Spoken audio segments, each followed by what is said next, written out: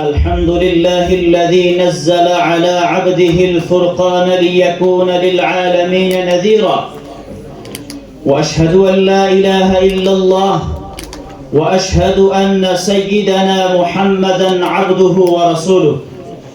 أما بعد، قال الله تبارك وتعالى في القرآن المجيد والذكر الحكيم: أعوذ بالله من الشيطان الرجيم. بسم الله الرحمن الرحيم. سبحان الذي أسرى بعبده ليلا من المسجد الحرام إلى المسجد الأقصى الذي باركنا حوله لنريه من آياتنا إنه هو السميع البصير.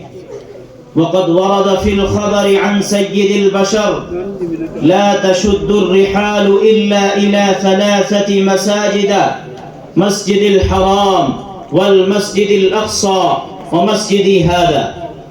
رئيس الحفل المبجل والضيوف الكرام والعلماء الأجلة، إني أريد أن نتحدث أمامكم في هذه الحفلة المباركة الميمونة حول الموضوع المسجد الأقصى يناديكم.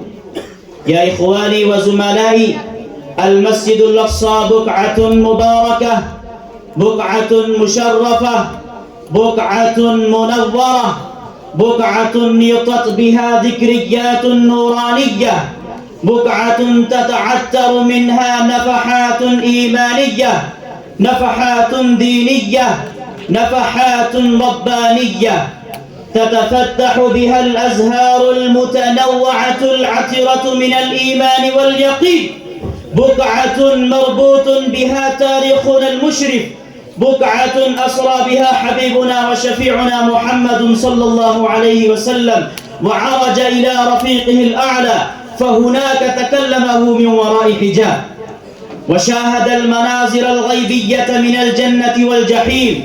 هذا هو المسجد الأقصى الذي بناه نبينا الجليل سليمان لعبادة الله وحده، وهو الكعبة الأولى التي توجه إليها المسلمون في عبادتهم وصلواتهم إلى أمد بعيد، حتى أمر نبينا الخاتم بالاستقبال من القبلة التي بناها إبراهيم خليل الله: فول وجهك شطر المسجد الحرام. لكن يا إخواني، هذه البقعة التي احتل عليها الغاشمون الظالمون، احتل عليها الباغون الكافرون، احتل عليها الذين غضب الله عليهم من القردة الخاسئين. يا إخواني، الأرض المقدسة اليوم وبلدها العريق المجيد احتلت عليها إسرائيل غاشمة ظالمة، غاشمة جائرة، وإنها تبذل قصارى جهودها لهتك التقدس من المسجد الأقصى. إنها تؤامر مؤامرات خطرة لهدم الكعبة المقدسة الأولى، فتحفر حفرات عميقة حولها لتزلزل أركانها من أصلها. إنها تدبر مخططات دنسة، فتقيم فيها محافل الرقص والغناء، وتفتح أبوابها للعاريات الفاحشات، فتجول فيها باديات عن نحورهن وسيقانهن متنزهات كأنهن يتفرجن في مقام الخلاعة والفجور. والحكومة الإسرائيلية الغاصبة والقوات اليهودية تمهد السبل لإهانة تقدسها وإبادة وقارها الشامخ العالي، وهذا هو أكبر شغل لها وأعظم هدف لها. والحكومة الإسرائيلية اللئيمة متأسسة من أول يومها لتحقيق هذا الغرض المشؤوم.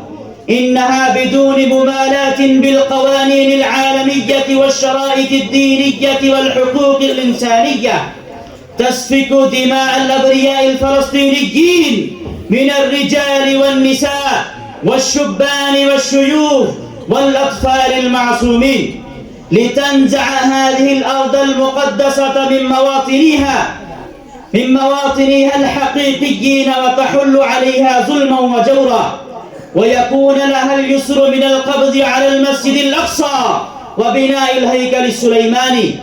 إنها تدبر هذه المؤامرات الشنيعة الظالمة والتخريبات الحيوانية أمام الأعلام العالمية والمنظمات من الحقوق الإنسانية، فإنها تشاهد تفرجا وتمزحا أيضا.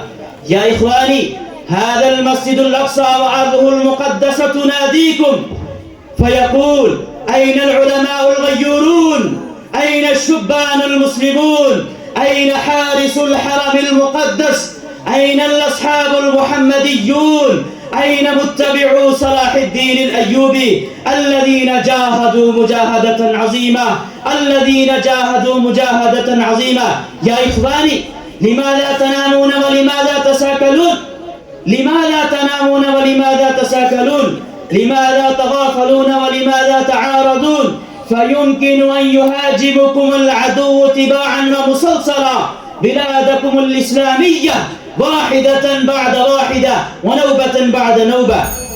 يا أيها الملوك والرؤساء للعالم الإسلامي، قوموا من سباتكم العميق واتركوا مصالحكم الذاتية والسياسية ورابطوا ثغوركم وشعائركم، وإلا يتسرب عدوكم اليقظ في صفوفكم ولا يمكن لكم الإخراج أبدا، كما كان القبض اليوم على المسجد الأقصى، وأنتم ترون حسرة وندامة. وفي الأخير ندعو الله تعالى أن يوفقنا للمقابلة العظيمة والجهاد في سبيله لتعلو كلمته على المعمورة كلها ونسعد في الدورين، ما توفيقي إلا بالله. والسلام.